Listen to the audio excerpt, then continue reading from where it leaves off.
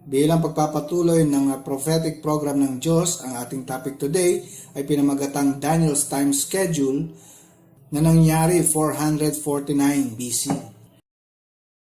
Muli natin pakinggan yung Daniel chapter 2 verse 44. And in the days of these kings shall the God of heaven set up a kingdom, which shall never be destroyed.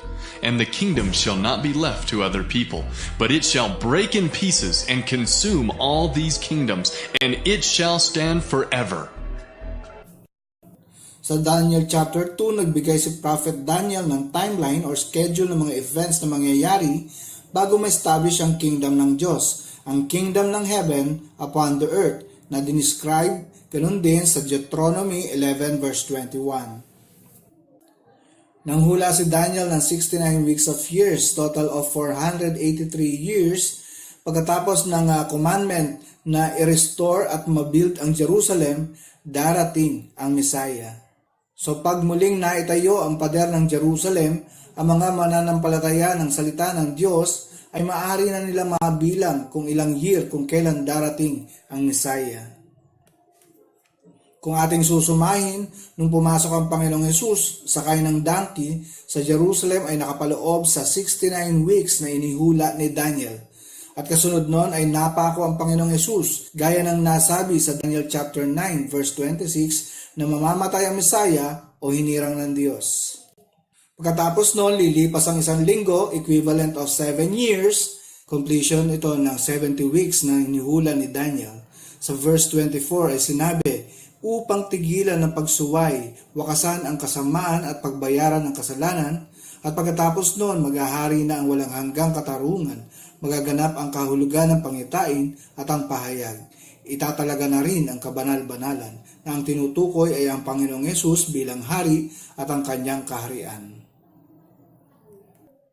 Ngunit bago mangyari yon, sa loob ng isang linggo o 7 years, may prinsipe na siya rin ng Antichrist na lalabas at maghahasik ng lagim, at dito rin magaganap yung sinasabi ng Bible na abomination of desolation na kilala rin sa tawag na Jacob's Trouble o Great Tribulation. Si Daniel ay naging bihag sa Babylonia nang pasukin ng army ni King Nebuchadnezzar ang Judah. Ang hari ay nagkaroon ng panaginip na binigyan naman ng interpretation ni Daniel. Pakinggan natin yung Daniel chapter 2 verses 36 to 45. This is the dream, and we will tell the interpretation thereof before the king. Thou, O king, art a king of kings, for the God of heaven hath given thee a kingdom, power, and strength, and glory. And wheresoever the children of men dwell, the beasts of the field and the fowls of the heaven hath he given into thine hand, and hath made thee ruler over them all. Thou art this head of gold.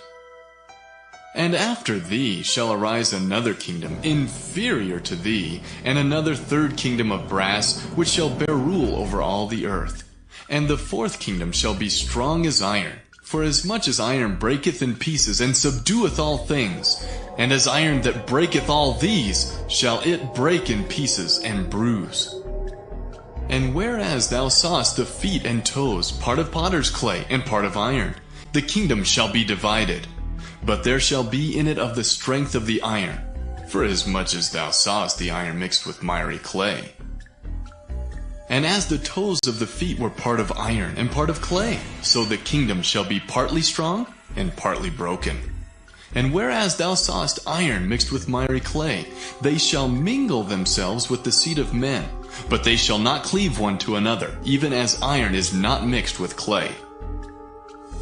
And in the days of these kings shall the God of heaven set up a kingdom, which shall never be destroyed. And the kingdom shall not be left to other people, but it shall break in pieces and consume all these kingdoms, and it shall stand forever.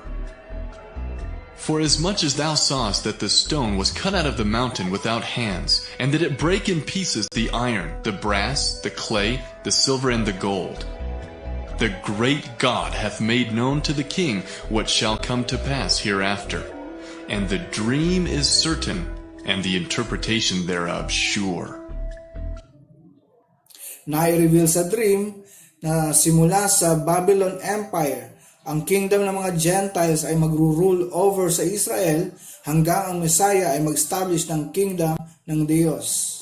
Ang era naman ng pagdodominate ng mga Gentiles ay tinawag ni Luke sa Luke chapter 21 verse 24 na times of the Gentiles.